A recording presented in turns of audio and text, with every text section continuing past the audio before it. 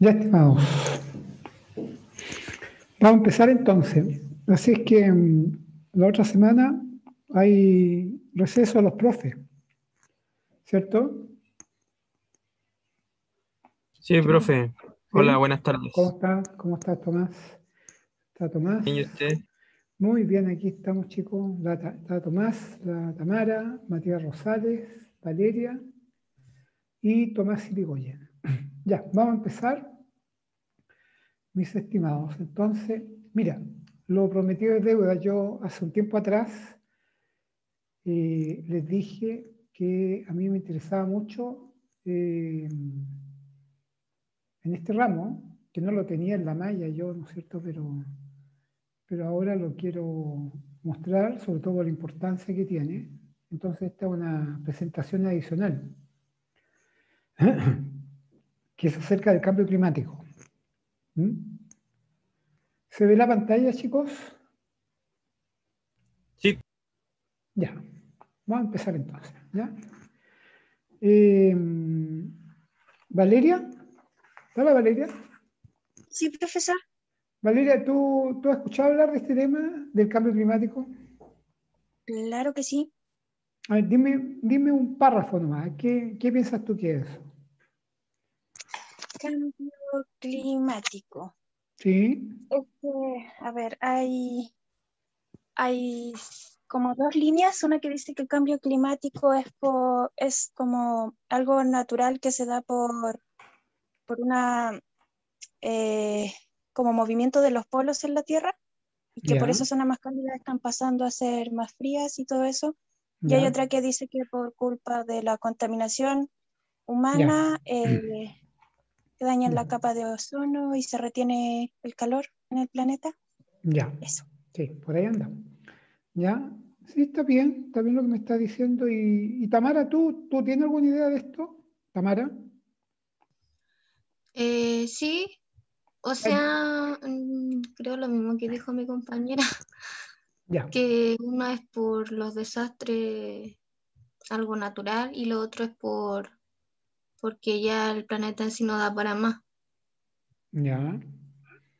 Pero Tamara, tú misma, dime, pero algo más, porque las dos me han dicho cosas que está bien, pero algo más terrenal. ¿Qué tiene que ver el cambio climático con la agricultura, por ejemplo? ¿Mm? Se supone, yo lo que leí la otra vez, vi un documental que por el tema del cambio, donde ya está haciendo mucho calor, en ciertas zonas donde no había calor anteriormente, se derrite el hielo y lo que hace es que haya menos tierra para cultivar. Ya, ya, también. Y ya, y Tomás Irigoyen, ¿esto lo han visto en algún ramo ustedes? ¿Alguna cosa relacionada con el cambio climático? ¿Mm? No que recuerde, profesor. Ya. Bueno, esto es una cosa que no es reciente, ¿ah? O sea, el mundo está preocupado de este tema desde hace como unos 15 años más o menos, ¿ah? Y en los últimos 5 años esto se ha agudizado mucho y Naciones Unidas está muy preocupada de esto. Y hace como 3 años en Naciones Unidas aparecieron los famosos, para todos los países del mundo, los principales objetos de desarrollo sostenible, que son 17, ¿ya? Y la última reunión que hubo con todos los países, que fue en el Acuerdo de París, ¿no es cierto?, donde se establecieron los compromisos de todos los países. ¿Mm? Y bueno, habían potencias que no estuvieron en eso, como Estados Unidos, que estaban Estados Unidos y China, ¿ya? Y después Estados Unidos, que son de los principales contaminadores, por así del mundo. Y bueno, el gobierno de Trump se retiró en Estados Unidos se retiró de ese acuerdo, lo desconoció y felizmente el presidente Joe Biden ¿cómo se llama? Lo volvió a suscribir, ¿ya? Pero yo los quiero llevar en este tema a una cuestión más dicho así de una manera más didáctica, ¿ya? Y relacionada con Chile. Bueno, Chile se está secando, ¿ya? Así dicho, de una forma bien ¿cómo se llama?, precisa, eso está pasando. Y este diagnóstico de Chile se está secando. Esto yo lo que lo voy a presentar no es que dice una persona o dice una institución u otra, sino que todo lo que lo voy a presentar acá son cosas oficiales, ¿ya? Entonces, este diagnóstico de Chile es oficial, pero ni la autoridad ni las instituciones han asumido, pero fuertemente, la magnitud de este problema. Solamente yo diría, a propósito de la crisis sanitaria, la pandemia, como que renació este tema. O sea, no renació, sino que se consolidó ya, porque ya nadie discute esto. Transversalmente, ni institucionalmente, ni políticamente. Todo el mundo está claro de esto ya. Entonces, ¿y por qué produce esto? Porque hay regulaciones, ¿no es cierto?, en el mundo, que hace muchos años, ¿no es cierto?, no se ha resuelto esto, y esto ha generado una profunda inequidad en la asignación de este recurso, ¿ya? Pero mucha inequidad. Ahora, según la ley, aquí estamos hablando del agua ya, el agua, esto es muy importante, ya vamos a ver más adelante por qué, el agua para consumo humano, fíjense, según la ley chilena, el agua para consumo humano no es más importante que el agua para suministro minero agrícola, ¿ya? Y esto considera grandes extensiones de agricultura, principalmente de las medianas y grandes empresas agrícolas, nacionales e internacionales, ¿ya? Entonces acá hay un tema que no ha habido una regulación por el uso del agua durante los últimos 30 años, y ocurre una cosa bien increíble. Hasta hace, 20, 10, 30 años, ¿no es cierto?, después de la dictadura, ¿no es cierto?, cuando uno tenía un pedazo de tierra, cuando tú te comprabas un pedazo de tierra, lo comprabas junto con el agua, ¿cierto? Claro, tú compras un pedazo de tierra y por ahí pasa un canal, algo del agua, y esa agua es obviamente para que uno la pueda ocupar. Pero hoy día, después de ese ajuste que se le hizo al Código del Agua, la propiedad de la tierra está separada de la propiedad del agua. Es decir, un productor puede tener, un poquito para acá, voy a dejar entrar a Daniela y a la Katia, ¿ya? Un productor puede tener, ¿no es cierto?, ser dueño de 5 hectáreas de terreno, ¿ya? Pero ese canal que pasa por ahí, por el medio de su parcela, puede ser que esa agua sea de otra persona, de una persona que es dueño de esa agua de más arriba. Entonces esta persona, para poder usar el agua que pasa por su propia parcela, tiene que comprar derechos o tiene que arrendar, pagando, ¿no es cierto?, el derecho a esa agua. Y muchas veces esa agua que pasa por la parcela de un señor que está en Chillán, esa agua a veces ni siquiera el dueño de esa agua es una persona que está más arriba, ¿no es cierto?, de la parcela más arriba, sino que no tranquilamente, es dueño de una persona que está en Santiago. ¿Mm? ¿Esto lo sabían ustedes? Tomás Gallardo, ¿sabía esto? ¿Sabían ustedes esto? Sí, pues, profe, ya están parados por la Constitución. Claro, ¿cierto? Y esta es una de las grandes conquistas que se quisiera conseguir. Yo, por lo menos, a mí me gustaría mucho para que digamos, que aparezca en la nueva Constitución, es que se resuelva esto, se resuelva este tema. ¿Ah? Porque no puede ser que... Porque mira, uno dice, ¿y el señor de Santiago que tiene derecho a agua? ¿Para qué tiene esos derechos de agua? Los tiene porque el agua es un recurso muy, muy limitado, como vamos a ver más adelante, muy limitado. Entonces esa agua, como todas las cosas limitadas desde el punto de vista de la economía, tienen precio. Y cuando son muy, muy escasas, el precio es mucho mayor, ¿cierto? Entonces hay gente que ha comprado estos derechos de agua para tenerlo como una plata, para ponerla en garantía, para hacer un negocio de otra cosa, no de agricultura, para hacer un negocio no sé, de comprar una industria, por ejemplo, comprar una metalurgia, que sea otra cosa. Profe, ¿Sí? Dime. si me deja agregar algo, que igual, si no me equivoco, Chile es el único país de la OCDE que tiene, por ley, el agua es como privada, para uso... Claro, pues. Exactamente, Yo. exactamente, claro. ¿Ah? ¿Y dónde ocurre una cosa de la OCDE? Tiene razón, mucha razón. ¿Y dónde pasa esto? En países súper atrasados y subdesarrollados. Países de África, por ejemplo, ¿no es cierto? En que hay, hay una inequidad tremenda. ¿Ya? Bueno, pero vamos viendo, niñas y niños, ¿no es cierto? ¿Qué es lo que es el famoso cambio climático? ¿Ya? Y esto aquí, creo que la Tamara me dijo algo, bueno, y también la Tamara, ¿a quién más, a quién más le comenté? No me acuerdo quién más. Bueno, hay una capa de gases que rodean a la Tierra, ¿ya? Y esa capa de gases que rodean a la Tierra, ¿no es cierto?, está formada por los elementos nitrógeno y oxígeno principalmente, ¿ya? Y otros gases que pueden ser el vapor de agua, el ozono y el CO2, y el metano, entre otros, ¿ya? Este riesgo del cambio climático, entonces está dado por la variabilidad climática originada por procesos naturales, ¿ya? Y estos procesos naturales que están ocurriendo, producto de esto que hay acá arriba, son hoy día predecibles con algún grado de certeza. Entonces, hay algunas variables clave para el crecimiento de los cultivos, como son las lluvias, ¿no es cierto?, la temperatura, que eso es lo que hablábamos en la clase pasada. El clima es un factor de producción importante, ¿ya? Por el lado del agua, del agua no superficial, sino que el agua que cae a través de la lluvia, y también la temperatura que hay. O sea, suelo y agua son importantes, pero el clima también es muy importante. Entonces, estas variables, precipitación y temperatura, podrían ser muy afectadas por esta capa de gases que tenemos, ¿cierto?, que rodean la atmósfera. Y severamente afectadas, y por eso pueden impactar la producción agrícola. Y si impacta la producción agrícola, se impactan gravemente, obviamente se afecta el abastecimiento de alimentos en Chile y en todo el planeta.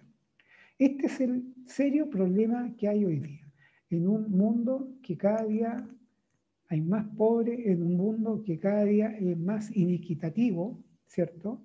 Inequitativo. Hay mucha gente que pasa hambre y muy poca que no la pasa, ¿cierto? Además, con toda esta crisis sanitaria que tendremos, que está afectando tanto a esa gente, está siendo severamente afectada por el cambio climático. Y esto es algo que hoy día no está en las noticias, porque las noticias están, bueno, con razón, ¿no es cierto? Todas las noticias están con el tema de la pandemia. Pero una vez que empiece a mejorarse un poco el tema de la pandemia, que entremos a ¿cómo se llama?, a una vida un poco más tranquila respecto al punto de vista sanitario, nos vamos a encontrar de frentón, con otra tremenda crisis que esta, la crisis del cambio climático. Y tenemos la otra crisis, que es la crisis económica. Oigan, chicos, cuando alguien quiera opinar algo, se mete nomás aquí a la conversa, ¿ya? Ya, ahora nosotros somos los que estamos aquí. Nosotros estamos en una clase de ingeniería de agronegocio, ¿no es cierto? Y a nosotros nos preocupa la agricultura y por tanto la alimentación, ¿ya? Entonces, por las condiciones históricas que tiene la producción de alimentos y el desarrollo de la agricultura obviamente tal, siempre, toda la agricultura, nosotros hemos estado en un proceso de adaptación al clima. Ya vamos a ver qué significa adaptación al clima. Pero hoy día siempre nos hemos estado un poco adaptando al clima. ¿Qué significa adaptarse al clima desde el punto de vista de la agricultura? Que se colocan cultivos donde corresponden que tengan que colocarse. Son las vocaciones productivas que vimos en una clase pasada. Es el mapa que hablamos y lo construimos juntos, ¿no es cierto?, de qué cultivo hay en el norte, qué cultivo hay en el sur, ¿cierto?, qué cultivo hay en el Valle Central. Todo eso lo vimos, pero bastante detalladamente. Entonces, eso es lo que ha estado haciendo lo que ha estado haciendo el mundo y lo que ha estado haciendo Chile, ¿no es cierto? Todo este tiempo, ¿no es cierto? Nos hemos ido adaptándonos al clima, ¿ya? Y ahora que hay mucha sequía en el norte chico, se está corriendo todo eso hacia el sur. Pero no obstante eso que lo estamos haciendo hace harto tiempo, la agricultura está más amenazada que nunca por el cambio climático. ¿Cuáles son los riesgos de esto? ¿Ya? Bueno, el principal riesgo está dado por la variabilidad climática originada por procesos naturales, ¿ya? Que varía la temperatura, varía las precipitaciones, llueve cuando no tiene que llover, hace mucho calor cuando no tiene que hacer mucho calor en determinadas zonas. Entonces, el problema o la situación es que hay variables de esas que son variables clave para que los cultivos puedan crecer. La precipitación, la temperatura, ¿no es cierto?, la disponibilidad de agua, eso podría ser severamente afectado. Esto es lo que estuvimos viendo el otro día con, no me acuerdo, alguien de ustedes me dijo, y el caso de las paltas que habían en Valparaíso, ¿no es cierto?, en Petorca, esa feria. Bueno, esas paltas ya no están porque no hay agua. Antes, en esa zona, antes, 30, 40 años atrás, llovía en esa zona, pero hoy día no llueve hace como 10 años. Como 10 años que no llueve, ¿se fijan? Y el estrés térmico ha subido mucho porque la temperatura ha subido, temperatura media ha subido mucho en esa zona. Entonces no pueden haber más paltas. Y las paltas que hay, que era Tomás creo que me decía, me ponía el ejemplo de las paltas, ¿por qué están esas paltas? Porque el señor que tiene palta ahí saca agua o sube agua desde un pozo profundo, ¿ya? Pero pozo profundo solamente pueden tener la mediana y la gran agricultura, no la pequeña agricultura. Cuando digo que los paltos han ido desapareciendo de esa zona es porque la mayor parte de los paltos que habían ahí eran de pequeños productores. Entonces, todo esto impacta la producción agrícola y por lo tanto impacta, tal como lo estábamos viendo recién, al abastecimiento de los alimentos. No solamente en Chile, sino que en todo el planeta. Entonces, ¿cuáles son las variables que inciden en esto? Estábamos hablando recién acá de que hay variables, ¿cierto? Son variables que felizmente algunas son predecibles, y ya vamos a ver qué significa eso que sean predecibles, ¿ya? Entonces, las variables que inciden en este tema del cambio climático, ¿no es cierto?, es que principalmente el aumento de la temperatura en la Tierra genera un efecto invernadero o calentamiento global, ¿ya? Esto me pareció que algo así me estaba diciendo la Tamara, ¿ya? El aumento de la temperatura en la Tierra genera un efecto invernadero. Si ustedes conocen el invernadero, van a entender al tiro, ¿no es cierto?, qué significa eso. Que se calienta dentro, se calienta más de lo que era, más de la temperatura que debe tener. Entonces, en la atmósfera, no toda la radiación térmica que emite, porque ustedes saben que la radiación térmica llega y rebota en la Tierra, ¿cierto? Entonces, en la atmósfera, no toda la radiación térmica emitida por la Tierra alcanza el eje exterior, se queda atrapada en esta especie de invernadero por esta atmósfera, ¿no es cierto?, que está cerrada con los gases nitrógeno, oxígeno, CO2. Parte de esta radiación térmica, como no puede salir hacia arriba, es absorbida y reflejada de nuevo, rebota de nuevo, hacia la superficie de la Tierra. Y ahí es donde se producen las moléculas de los gases de efecto invernadero, los GI. Esas son las moléculas de gases de efecto invernadero y las nubes, lo que da lugar a una temperatura media global en torno a 14 y 15 grados hoy día, muy, pero muy superior a la temperatura que sentiríamos sin el efecto invernadero natural. O sea, nosotros hasta hace 50 años teníamos como 12 grados y ahora tenemos entre 14 y 15. O sea, eso es, claro, uno dirá 3 grados, pero eso es una enormidad, ¿ya? Estos gases tienen la particularidad de absorber calor, ¿cierto? Estos gases de efecto invernadero, los que están rodando la Tierra, absorben el calor, entre los cuales destacan el vapor de agua, esto lo vimos recién, el CO2 y el metano. La causa principal del calentamiento global es el aumento de la concentración de los gases de efecto invernadero. Por ello aumenta la temperatura global de la Tierra. ¿Ya? Daniela.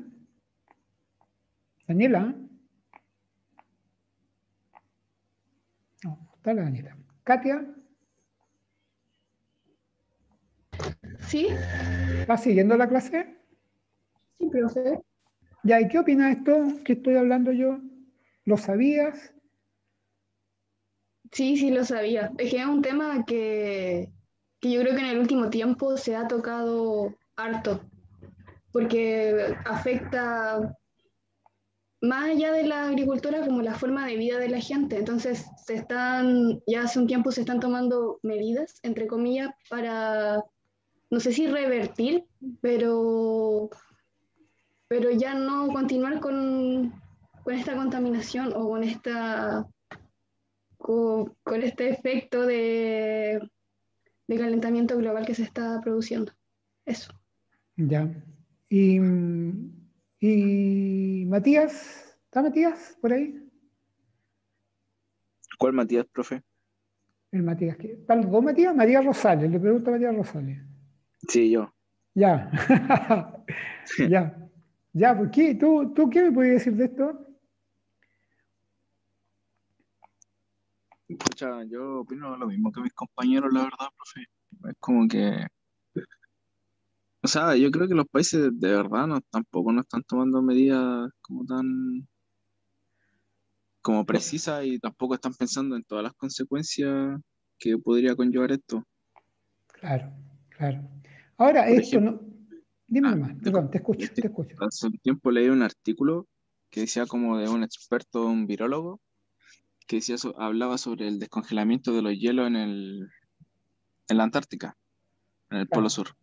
Y claro, decía que podían haber como muchos virus que están en estado latente congelado y claro. que el ser humano no ha estado presente mientras, o sea, con la existencia de estos virus. Entonces, como que es muy riesgoso para nosotros en ese aspecto. Claro, claro. Fíjense que sí, sí, toda la razón con eso. ¿Eh? Y el problema es que uno dice, bueno, ¿por qué, ¿por qué pasa esto? Bueno, todo esto hay razones económicas, pues, de plata. ¿Ah? O sea, China y Estados Unidos no lo hacen porque ellos no van a renunciar al petróleo. ¿Mm? Imagínense nosotros hasta hace un par de años atrás, nosotros teníamos todo el tema ¿cómo se llama? De toda la energía que se recogía acá a través de las plantas de carbón aquí en Chile. ¿Ah? Hasta hace 2 años atrás nadie estaba discutiendo eso. Nadie.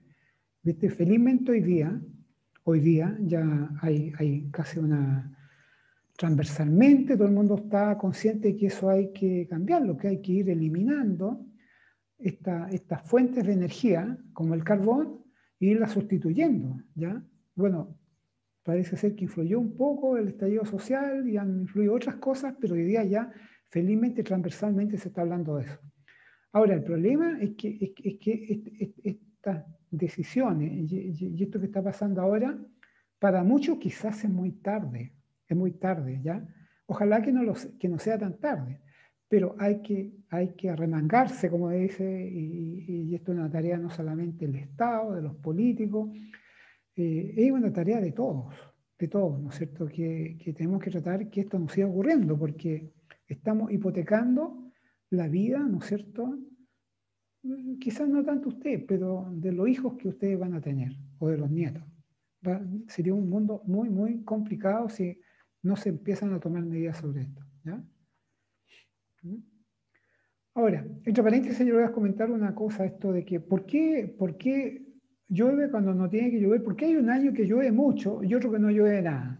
No sé si habían escuchado ustedes hablar del fenómeno de la niña y del niño. ¿Mm? Tamara, ¿tú habías escuchado hablar de esto? ¿Del fenómeno del De niño? la niña y el niño.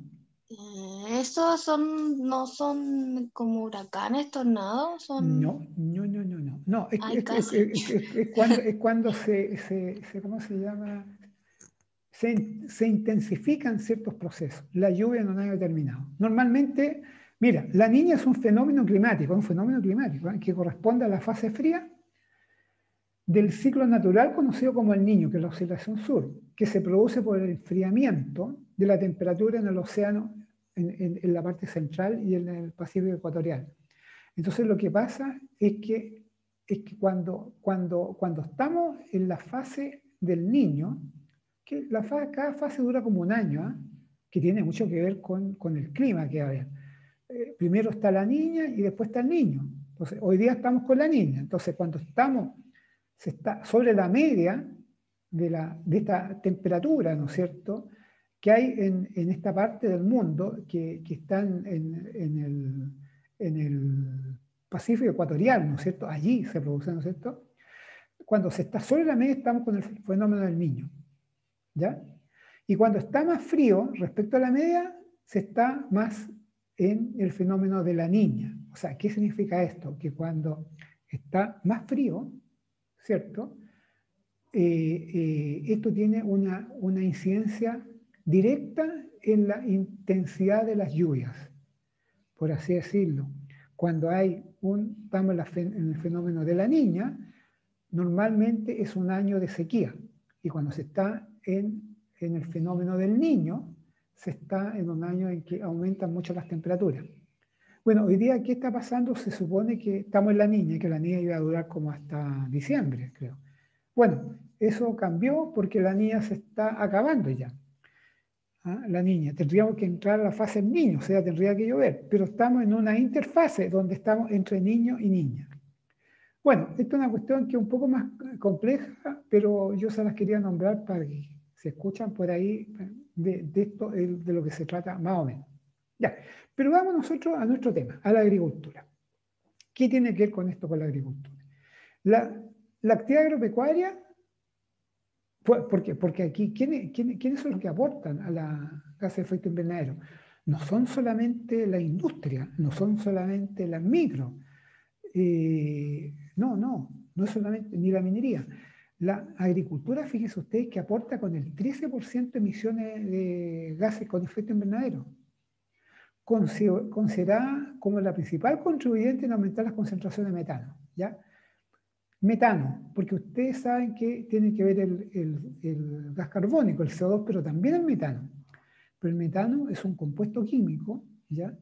Que lo difunden, lo diseminan el cultivo de arroz, los fertilizantes, el uso agroquímico y los rumiantes, las defecaciones de los rumiantes, ¿ya? Y los gases, perdón, que lo diga de alguna manera, los peos, por así decir, de las vacas, generan una cantidad increíble de gases con efecto invernadero. Por eso que hay muchos ambientalistas que dicen que nosotros deberíamos tener menos rumiantes. ¿Ya? Los principales productores de metano son rumiantes, arroz, fertilizantes agroquímicos. O sea, la agricultura contribuye también a este problema, porque, mira, nosotros contribuimos para bien. ¿Para bien por qué? Porque todo lo verde, toda la cubierta vegetal aporta, ¿no es cierto?, con oxígeno y consume CO2. Eso lo hace mucho la agricultura, por eso que nosotros deberíamos estar preocupados de tener la mayor cubierta vegetal posible. Y eso es lo que tiene que ver cuando se hacen campañas para plantar árboles, para tener plantas en todas partes, para intensificar incluso la agricultura, ¿ya? Pero también tenemos un efecto contrario, que es que es el de la emisión de metano, ¿ya? Pero entonces, ¿cuáles serían los cambios? ¿Ya? El cambio climático, ¿de qué se trata este cambio? El cambio climático hace referencia a los cambios en las características climáticas, ¿ya? Es decir, todos estos gases de efecto invernadero, ¿no es cierto? Este efecto invernadero que hacen, digamos, el nitrógeno, el oxígeno, el CO2 y el metano, ¿no es cierto?, hace que varíen la temperatura, la humedad, la lluvia, el viento y todos los fenómenos meteorológicos severos en periodos de tiempos prolongados. Los fenómenos meteorológicos, a eso me refería yo con la niña y el niño, ¿ya? Ese efecto invernadero hace que varíe todo esto. Entonces, y esto tiene un impacto no solamente sobre las plantas, sobre todos los aspectos de nuestras vidas. Nuestro ecosistema sufre la pérdida de la biodiversidad y la pérdida del hábitat. Y los sistemas humanos también, como la salud, se verán afectados negativamente.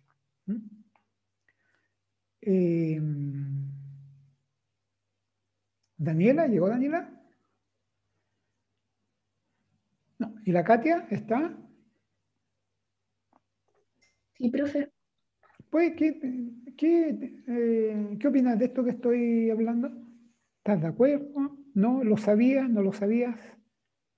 Sí, sí lo sabía, pero más que es por una asignatura que tomé que habla de los ecosistemas y el impacto de las prácticas humanas en él y pucha, y los efectos que tiene. Y mi opinión al respecto es que creo que las políticas públicas son débiles en cuanto a mejorar estos aspectos. Siento que la gente sí ha generado conciencia, pero al final las políticas públicas son las que fallan. Ese es Claro. mi pensamiento. No sé No, si, no, no, si- no. Oye, no, si a mí me interesa mucho que ustedes den su pensamiento, porque chicos, yo no sé si los dije, ustedes están en la universidad y la universidad es para opinar, ¿viste? Para opinar libremente lo que uno piensa. ¿Sabes? Eso significa la palabra universidad. Por eso que si alguien no está de acuerdo en alguna cosa que yo digo, que me lo diga, y yo encantado de la vida voy a... O sea, acá lo importante es considerar la opinión del otro, ¿viste? Ahora bien, esto del cambio climático yo he estado diciendo que es una cosa que está asumida por el mundo, por casi todo el mundo. Bueno, el ex presidente Trump decía que esto del cambio climático es un mito, es un invento. Lo mismo dice el presidente actual de Brasil, ¿ah? Cuando le critican a él de todo este problema de que se están arrancando árboles en la Amazonía, ¿ya? Que es un invento. Esto no es un invento, esto es una cosa, no solamente está reconocida por Naciones Unidas, sino que por todas las instancias científicas del mundo, ¿ya? Ya, pero vamos nosotros a lo nuestro, a la agricultura. ¿Qué está haciendo la agricultura chilena? ¿Ya? Fíjense que desde hace un par de años, producto de todo esto que yo le he estado comentando y que ustedes algunos han dado su opinión, ha hecho que en este país que es una larguísima longitud, ¿no es cierto? Nosotros tenemos como más de 5.000 kilómetros de largo con distintos climas, ¿no es cierto? Ha ido avanzando hacia un rediseño de la región agrícola. Rediseño. ¿Que se ha ido produciendo solo o muchas veces ha ido siendo este rediseño estimulado, ¿no es cierto?, por instituciones públicas, como el Ministerio de Agricultura, por el Ministerio de Educación, ¿cierto? Incluso por instituciones privadas, instituciones internacionales. Y por los privados, obviamente. Entonces, se está produciendo una migración de cierta especie hacia la región del sur o hacia la costa.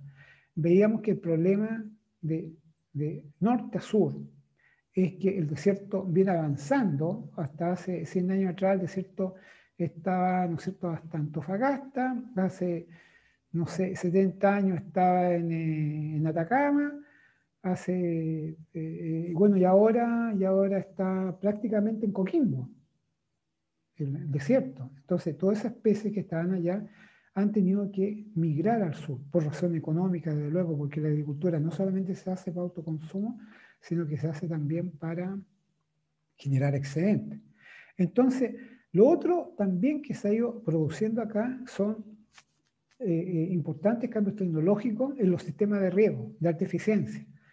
Hasta hace unos años atrás, cuando se regaba un campo, se regaba en el mejor de los casos por surco, ¿ya? Bueno, hace 100 años se regaba por tendido, se regaba por surco, pero ahora incluso hasta pequeños productores tienen sistema de riego por goteo, riego por aspersión, ¿no es cierto? Y eso es para aumentar la eficiencia en el uso del riego. Es decir, con menos agua, regar más, ¿ya? Y regar cuando corresponde, ¿ya? No estar dependiendo de una persona que abra una llave o saque la tranca que es una compuerta de agua para que el agua salga, ¿no es cierto? Sino que se va a regar cuando uno vea que la planta está entrando a un estado de estrés de agua, ¿ya? Y están también los sistemas de reducción del estrés térmico. Hay una forma de cultivo, ¿no es cierto?, que hace que las plantas puedan reaccionar de una manera mejor, ¿no es cierto?, a cuando sube demasiado la temperatura. Entonces, se ha ido produciendo una agriculturización de las regiones, incluso que actualmente tiene una baja intensidad del uso del suelo. O sea, hay regiones donde hay muchos campos que hasta hace años atrás seguían con praderas naturales, o sea, tremendo terreno donde se podía cultivar mucho, pero estaban ahí sin cultivo, como praderas naturales solamente para que los animales pastaran ahí. Bueno, ahora se está avanzando hacia una mayor intensidad en ese uso del suelo. Y aquí entramos al tema del agua, pues, la importancia del agua. Mire, esto, chicos, pongan harta atención porque esto es muy importante. En la medida que el agua y la energía se tornen recursos cada vez más escasos, que ya estamos en esta situación, recursos cada vez más escasos, habrá un cambio desde el actual paradigma agronómico de la maximización de la superficie cultivada hacia la maximización de la producción por unidad de agua o energía utilizada.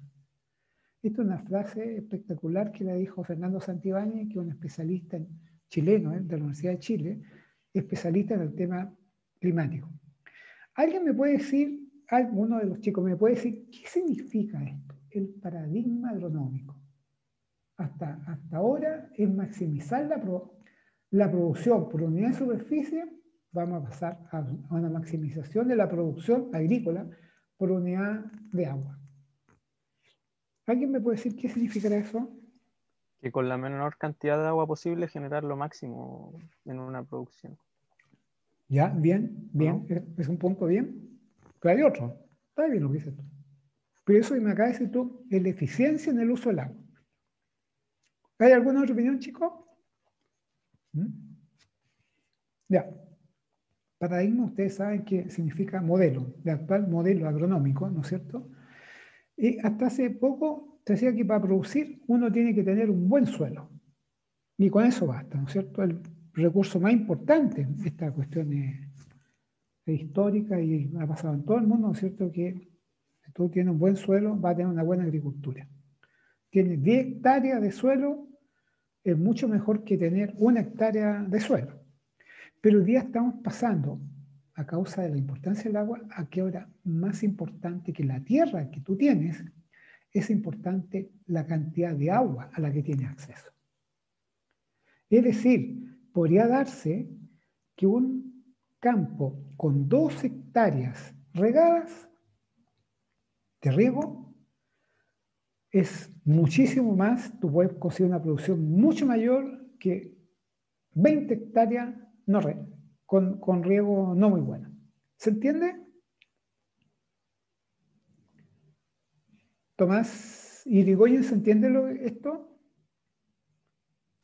Sí, profesor. Ya. Esto es una cosa que, esta es una época que les tocó a ustedes vivir ahora, donde más, o sea, no solo preocuparse del buen uso y calidad del suelo, que hay que seguirse preocupando, sino que hay que preocuparse mucho de la cantidad y uso del agua que uno tiene. ¿Ya? Ya. Ahora, ¿alguien sabe la diferencia entre mitigación y adaptación al cambio climático? ¿Alguien ha escuchado? No que me lo diga. Si alguien lo han visto en algún ramo, ¿lo han escuchado eso? ¿Chicos? ¿Lo han escuchado, no? ¿No? ¿Cómo reducir el impacto a una escala ínfima? No sé. Ya. Ya. Mira. A ver.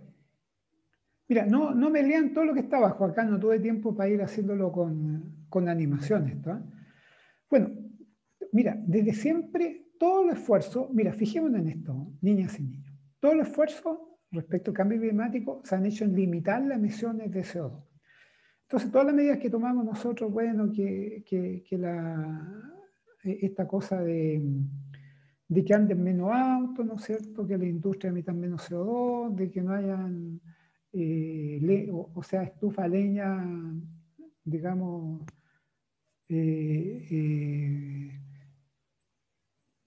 no sé, todas estas cosas clásicas que nosotros sabemos de la emisión de CO2. Esto es lo que se ha hecho siempre, ¿cierto? Pero pasa que ahora, ante el cambio climático, hay una diferencia entre dos cosas: política de adaptación y mitigación del cambio climático, para que nos ayude a minimizar los efectos de este fenómeno del cambio climático. Entonces, vamos a ver acá, mitigar y adaptar. Mitigar, como el verbo lo indica, mitigar, ¿no es cierto? Mitigar, aminorar, se puede decir, ¿no es cierto? la mitigación está encaminada a combatir la causa, o sea, el CO2, y a minimizar los posibles impactos del cambio climático. Por ejemplo, mejorar la eficiencia energética. Esta es una. Y apostar por la energía renovable. O sea, no seguir con energía de carbón ni de petróleo, sino que apostar por energía renovable, es decir, por la energía esta con el viento, ¿no es cierto? Es una muy importante, o con los paneles solares, ¿cierto? También calentar una casa con paneles solares. Fomentar el transporte público y la movilidad de una manera sostenible, ya vamos a ver cómo, con los buses eléctricos, por ejemplo, ¿ya? Con el consumo responsable, lo que consumimos todos los días nosotros, un consumo responsable, y esa está la famosa regla de las 3D, o sea, reducir lo que uno consume, reutilizar lo que uno consume. Lamentablemente estamos en un mundo de que todo es desechable, ¿ya? Por eso que se están produciendo muchos problemas. Reutilizar lo que uno usa, si se te echó a perder algo, arréglalo, pero no compre otro nuevo, ¿ya? Y reciclar. En esto se ha hecho harto énfasis y se dice que se ha avanzado harto en esto, ¿ya? Eso es mitigar, ¿ya? ¿Profe? Sí, dime. Yo igual siento que hay como una postura súper contraproducente entre reciclar y reducir, porque siento que reciclar como que es la solución, o sea, no la solución, sino como que es lo que le permite a uno como seguir, no sé, pues, generando basura, porque la idea va a ser reciclar y Sí. no se enfocan tanto en reducir al final. No sé si me explico. Te entiendo perfectamente. Tienes y no tienes razón. Tienes razón por un lado porque obviamente si nosotros reducimos el consumo, por ejemplo, si tú en vez de consumir en un mes, consumes, qué sé yo, 10 litros de leche con esto en base de tetra, ¿no es cierto? Si en vez de consumir 10 al mes, consume uno nomás, obviamente, digamos, tú vas a generar menos cajas de cajas de tetra, ¿no es cierto? Pero entonces, por ese lado, tú tienes razón. Pero también es importante reciclar, porque igual tú vas a consumir cosas, tienes que consumirlas. Entonces, de lo que tú consumas, de lo que se trata es que puedas reciclarlo, puedas separarlo, ¿viste? Ahora, en esto nosotros, bueno, y desde luego reutilizar, ¿cierto? Ahora en esto reciclar, yo no sé si esto lo estamos haciendo todavía, porque una vez vi una de estos videos curiosos que a veces salen divertidos, que no tenía nada de divertido, que en un sector de la ciudad estaban todos los tarros estos separados por uno con plástico, otro con cosas orgánicas y otros con vidrio, y toda la gente, todos hacemos eso, y vi que pasó el camión de basura y agarró todas las cosas y las metió adentro, todas. Dicen que todavía eso pasa en alguna parte, ¿ya? Ojalá que no pase, pues, ¿viste? Lo ideal es que por tu casa pase un camión que especialmente recoja los reciclados, ¿ah? Y que los lleve a alguna parte donde realmente los reciclen.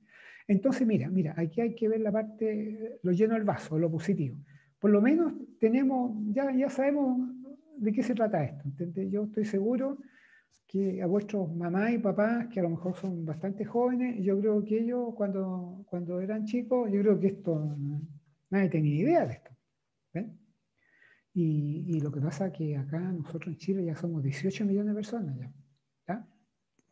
Entonces eso por un lado sería mitigar, ¿ya? Lo otro, que otra cosa distinta, que es adaptación. Analiza cómo reducir las consecuencias negativas del cambio climático. Cómo reducir las consecuencias negativas, cómo ir adaptándose. Pero esto es lo más importante de todo, cómo aprovechar las oportunidades que se puedan generar. Aprovechar la oportunidad. La adaptación tiene un aspecto positivo, que es aprovechar la oportunidad que se pueda originar. Y ahí está la reforestación de los bosques, ¿no es cierto? Lo que decía la Katia, creo que me decía esto recién, restaurar el ecosistema dañado, ¿no es cierto? Solución innovadora para los desastres naturales, etc. Pero principalmente para efectos de lo que nosotros estamos viendo en agricultura, diversificar los cultivos para que se adapten mejor a los climas cambiantes, diversificar los cultivos, ¿cierto? O sea, adecuarnos a las posibilidades, condiciones climáticas que nos da cada territorio y cultivar allí solamente los cultivos que se van a dar. ¿Ya? Por ejemplo, en la Araucanía, yo le estaba contando que hoy día se están plantando viñas, cosa que hace 20 años atrás era, quien lo dijera, estaba diciendo una ridiculez, pues era tan ridículo como decir que iba a plantar viña en la Antártida. Pero hoy día eso está pasando. ¿Y por qué? Porque se está aprovechando la oportunidad que está dando el cambio climático en la Araucanía, en Temuco. ¿Ya? Bueno, y la resiliencia climática, ¿cierto? Eso va a ser bien clave para paliar todo el impacto del cambio climático. Y esta resiliencia de lo que trata de hacer compatible la supervivencia nuestra y la de todos los seres vivos del planeta. ¿No? Ahora ya adentrando en el tema ya de la adaptación al cambio climático, son los ajustes, los sistemas humanos naturales y una respuesta única a las variaciones climáticas.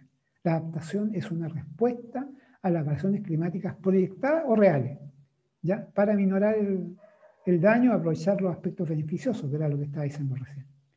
Este ajuste a los sistemas naturales y humanos se denomina adaptación. Ajuste, nos ajustamos, nos adecuamos y eso se llama adaptación, es decir, es una especie de prevención reactiva. Entonces, pero para ello, para lograr esta adaptación, hay que identificar, implementar y monitorar medidas para promover esa adaptación. ¿Ya?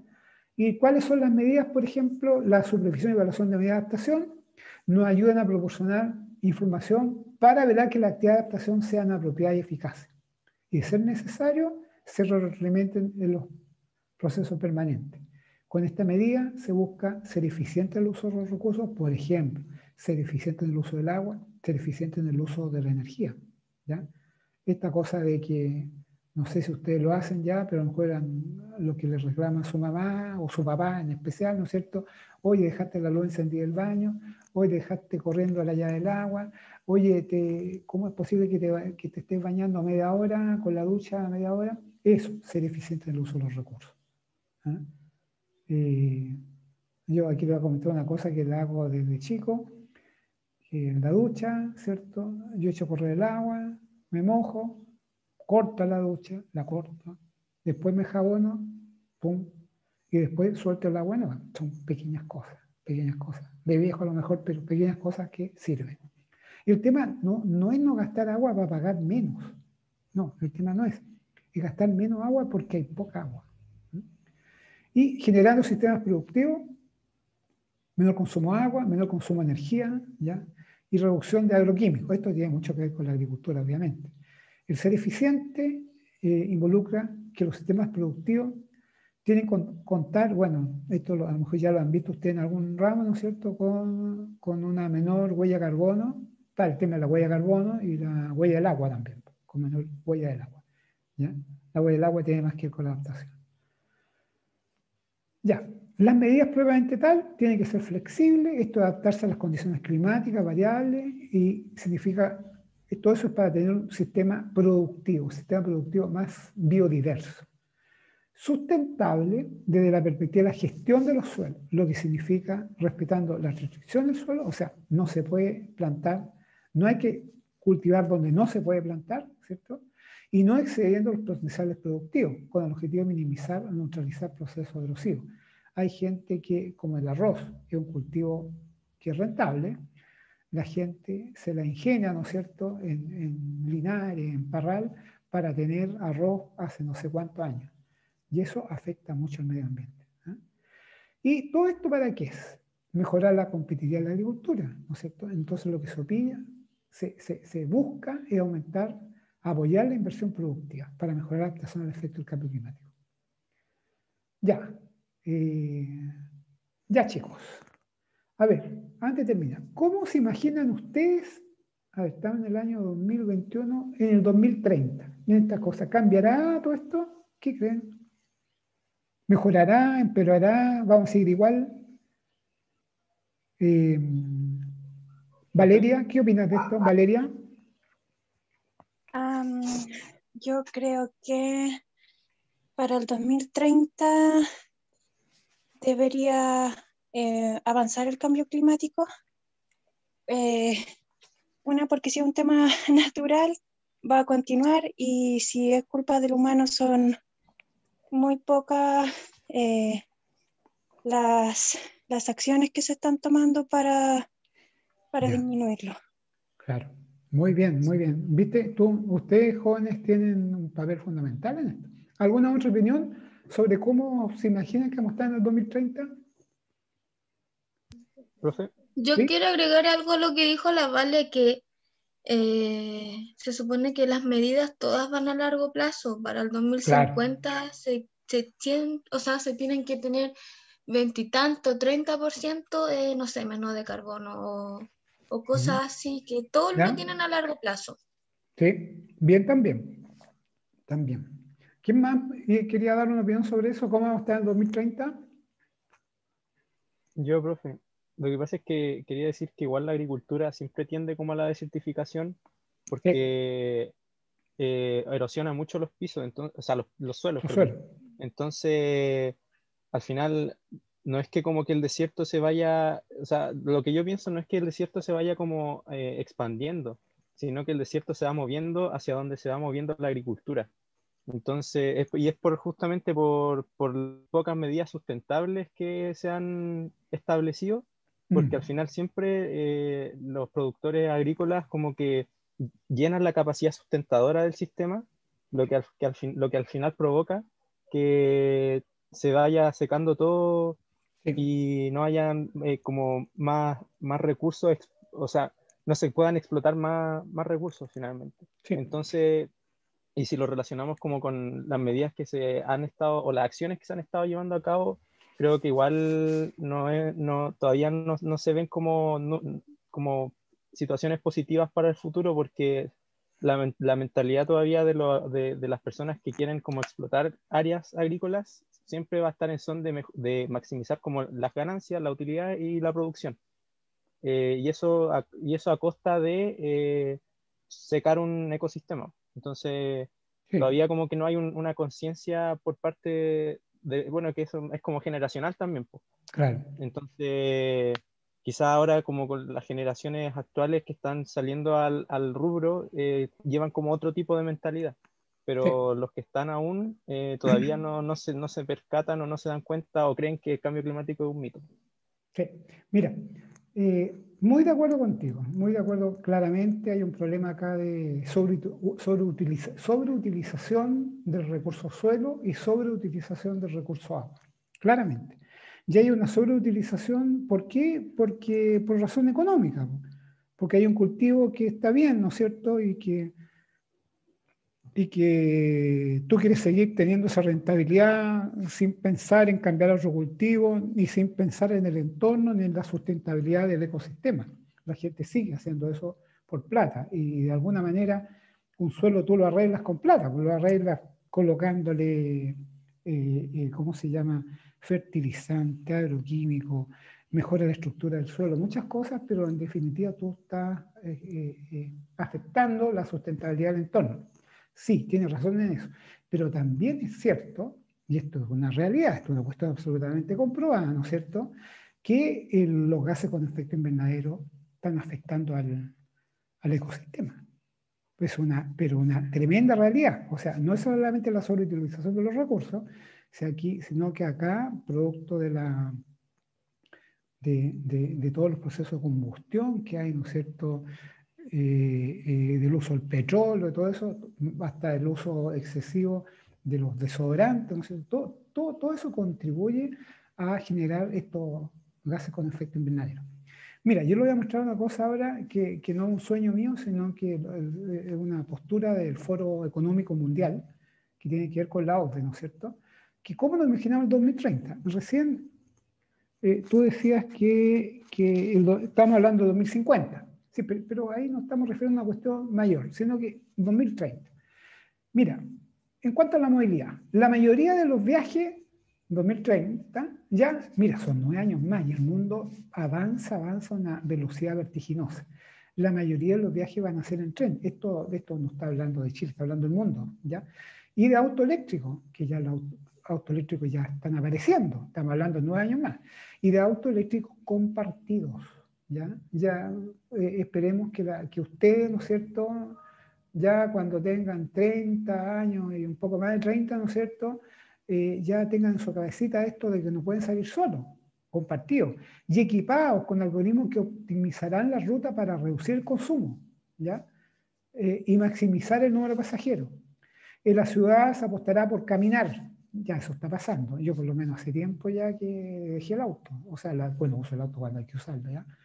Andar en bicicleta, ustedes ya lo están haciendo, los que no andan ya andan más, ¿no es cierto?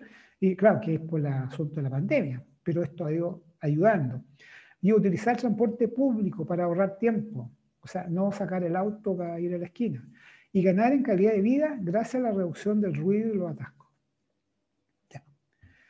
En el tema de la arquitectura, viviremos en casas alimentadas con energía renovable, o sea, con paneles solares, ¿no es cierto? Y apenas se construirán edificios de hormigón, casi no se van a construir eso, con los muros, los pisos van a ser con materiales renovables, ¿ya?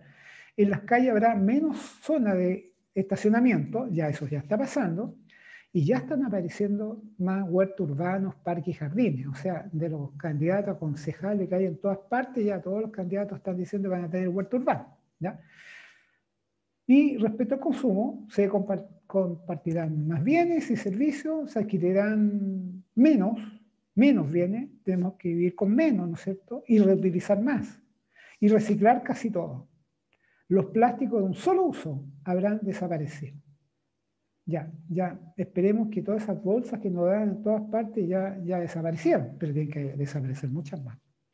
Y los envases serán fácilmente clasificables y reciclables. Y por último, en lo que tiene que ver con nosotros, la alimentación, comeremos más verdura, fruta y hortaliza, mientras las carnes, los lácteos y el pescado perderán protagonismo en tu dieta. ¿Ya? Oye, esto no son ideas, son, como les dije yo, del Foro Económico Mundial. ¿Ya? Y en la agricultura van a haber una migración de cultivo del norte a sur, que esto está ocurriendo ya.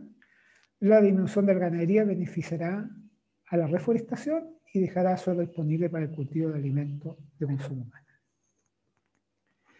Ya chicos, mira, ocupamos esta clase en esto, ¿ya? Yo quería hablarles de esto y en el próximo bloque vamos a empezar ya con el análisis estratégico, ¿ya? Y ahí nos juntamos a las 4, ¿ya? Bueno, profe. Ya chicos, ya nos vemos. Chao, que estén bien.